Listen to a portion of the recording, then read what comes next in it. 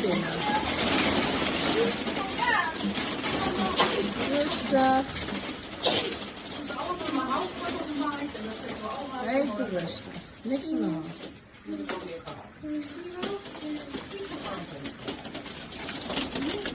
Wow.